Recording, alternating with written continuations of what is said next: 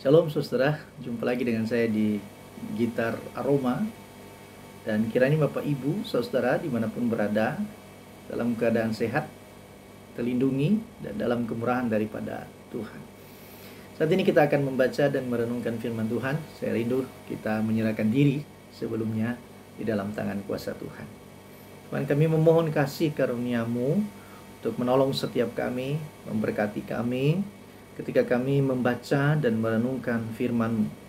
Ya Tuhan, berkati dan pimpin perenungan ini, sehingga setiap kami mengerti, memahami apa yang Tuhan mau dalam kehidupan kami. Bersyukur kepada Engkau Tuhan.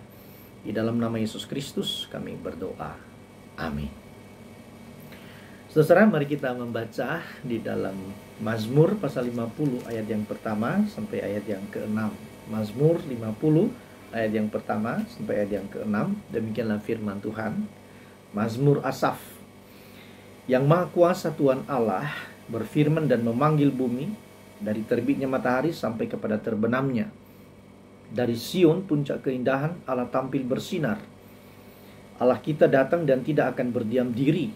Di hadapannya api menjilat, sekelilingnya bertiup badai yang dahsyat. Ia berseru kepada langit di atas dan kepada bumi untuk mengadili umatnya. Bawalah kemari orang-orang yang kukasihi, yang mengikat perjanjian dengan aku berdasarkan korban sembelihan. Langit memberitakan keadilannya, sebab Allah sendirilah hakim. Saudara, satu bagian firman Tuhan yang kemudian mengajak kita secara serius dan sungguh-sungguh untuk bisa berefleksi tentang kehidupan ini. Saudara, konsep tentang Allah sendirilah hakim, Allah sebagai hakim, itu bukan konsep yang kemudian mudah untuk dipahami, mudah untuk diterima. Oleh karena apa, kita harus jujur bahwa selama ini kita berpikir tentang Allah itu sosok yang terus bersama-sama dengan kita, sosok yang berkawan dengan kita, sosok yang hadir di tengah-tengah kelemahan hidup kita, sosok yang selalu merangkul, ya, mengajak kita berdiri ketika kita kemudian jatuh. Ketika kita tidak punya pengharapan, Allah menjadi sosok yang selalu setia menemani hari-hari kita. Ketika kemudian kita membaca dan merenungkan Allah itu sebagai hakim, tampaknya sekarang Allah itu mengambil jarak dengan kita dan menjadi sosok yang amat serius, menakutkan dalam kehidupan kita. Nah, saudara, Alkitab secara terang benderang mengajarkan bahwa memang Allah itu Allah yang adil, hakim yang adil. Saudara, konsep ini umumnya dipahami muncul dengan begitu kuat di dalam perjanjian lama. Lalu kemudian ketika masuk dalam perjanjian baru, sebagian orang itu melihat bahwa terjadi perubahan di dalam diri Allah. Allah tidak lagi menjadi hakim, dia menjadi lemah lembut, saudara. Jadi dalam perjanjian lama itu kita melihat keadilan dan kemurkaan Allah yang begitu serius dan tidak bertoleransi, saudara.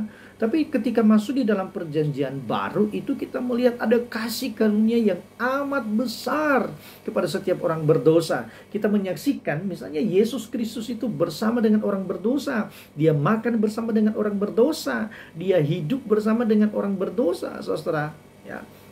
Dan kita melihat juga perjanjian lama. Kita membaca perjanjian lama, ketika ada orang berdosa, ya tidak ada toleransi daripada Allah. Dia akan bertindak secara langsung dan memberikan penghukuman, saudara.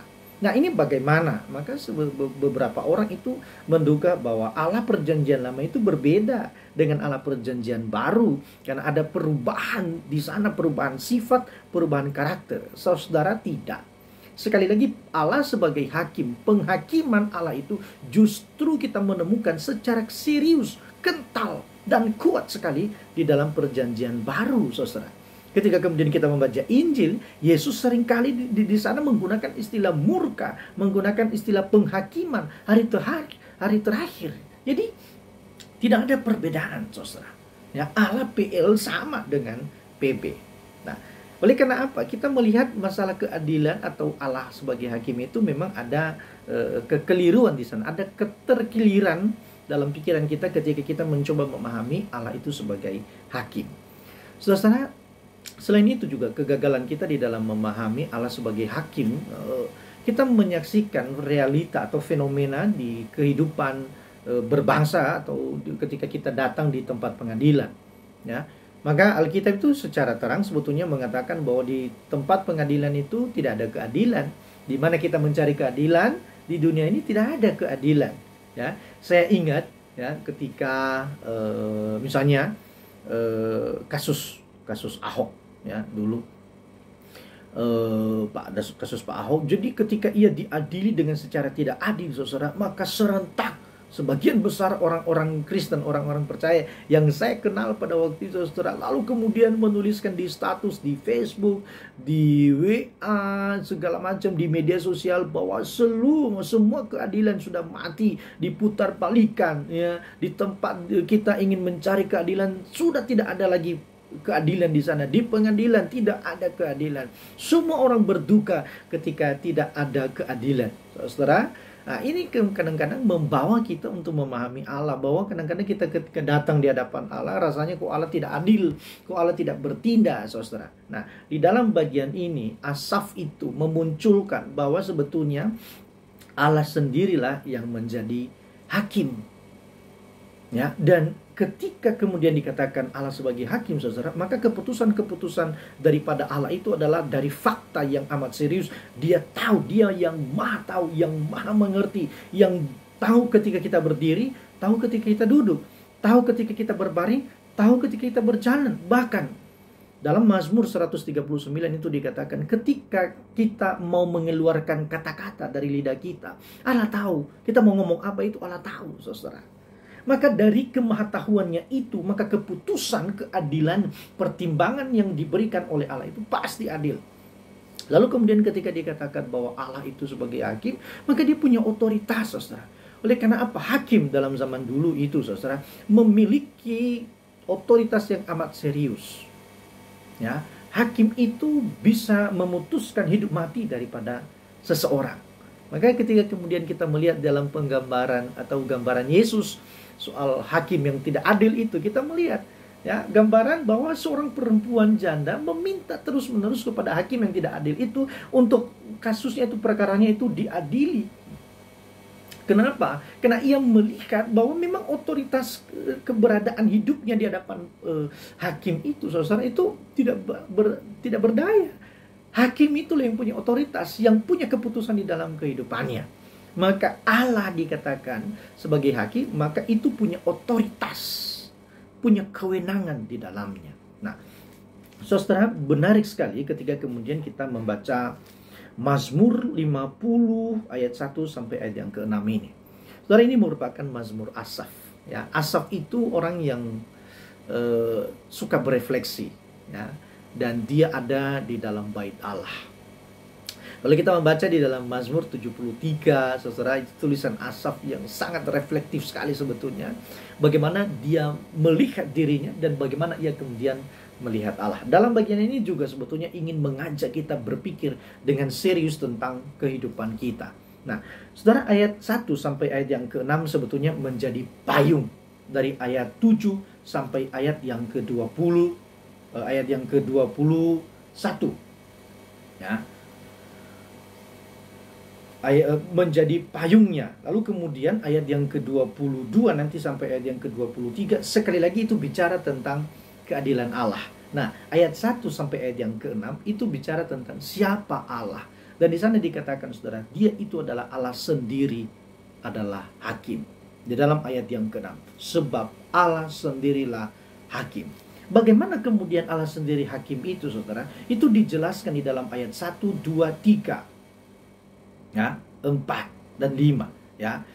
Kesimpulan Allah sebagai sendirilah hakim itu dijelaskan oleh ayat 1. Bagaimana dia menjelaskannya, saudara? Di dalam ayat 1 dikatakan bahwa yang maha kuasa Tuhan Allah berfirman dan memanggil bumi. Berfirman dan memanggil bumi. Artinya apa? Bumi, bahkan nanti dikatakan dari terbitnya matahari sampai kepada terbenamnya bumi, matahari dan segala isinya itu tunduk kepada Allah yang memanggil. Punya otoritas. Lalu kemudian saudara, dari Sion puncak keindahan Allah tampil bersinar. Ini penggambaran yang amat serius. Allah yang maha besar itu saudara, yang mampu memanggil bumi, yang mampu memanggil bumi dari terbitnya matahari sampai terbenamnya saudara. Sekarang dia dari Sion puncak keindahan Allah tampil bersinar. Saudara sebetulnya ingin menunjukkan Asaf itu begitu hebat dalam memikirkan begini saudara. Dia memikirkan Allah yang maha kuasa itu yang diam di Sion dan kemudian ia tampil bersinar. Ini bicara tentang bagaimana dia membangun relasi kepada manusia. Dia Allah yang maha tinggi. Ayat yang kedua itu dari Sion puncak keindahan yang amat tinggi sekali. Sekarang dia turun, dia mau datang saudara. Beberapa waktu yang lalu Pak Jokowi datang ya ke Nias. Waduh, orang yang tahu bahwa Pak Jokowi datang itu waduh luar biasa, akan memperhatikan dengan serius kehadiran daripada Pak Jokowi. Ada seorang presiden datang ke Pulau Nias. Saudara, di sini ini Allah yang maha tinggi yang berada di puncak Sion itu datang. Dan dia datang saudara, dia tidak berdiam diri.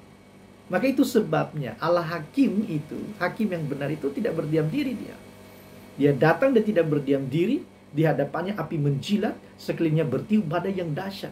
Satu penggambaran daripada Asaf itu soal karakter atau sifat daripada Allah itu dia tidak berdiam diri.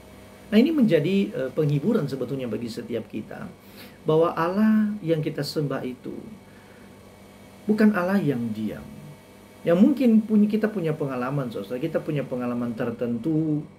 Kok Allah diam, kok Allah tidak bertindak. Kita menyaksikan ketidakadilan, tapi kok Allah tidak bertindak, kok Allah diam. Saudara, Asaf melihat tidak, bahwa Allah datang dan tidak berdiam diri.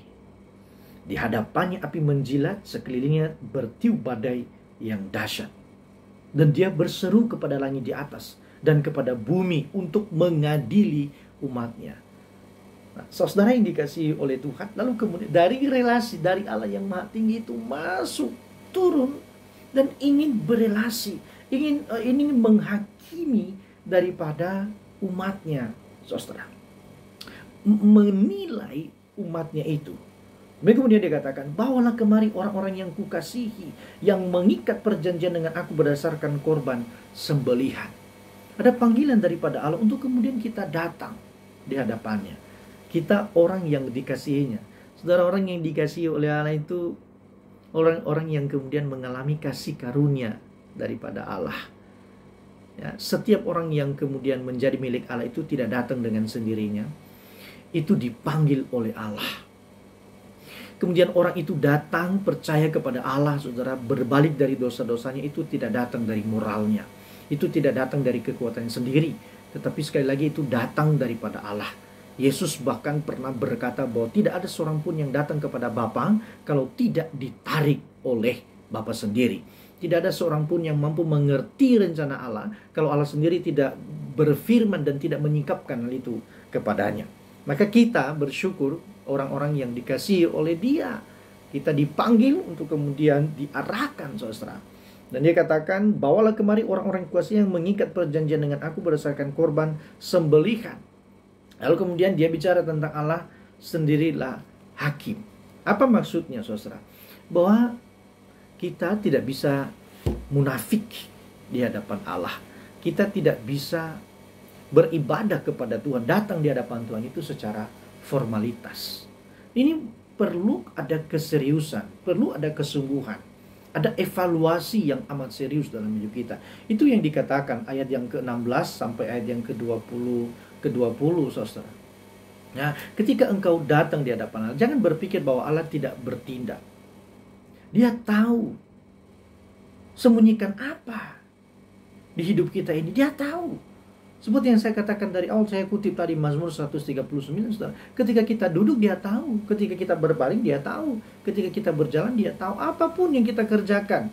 Dan Dia akan menghakimi kita dari setiap apa yang kita lakukan. Dia tahu. Itu sebabnya Dia menegur kehidupan orang fasik.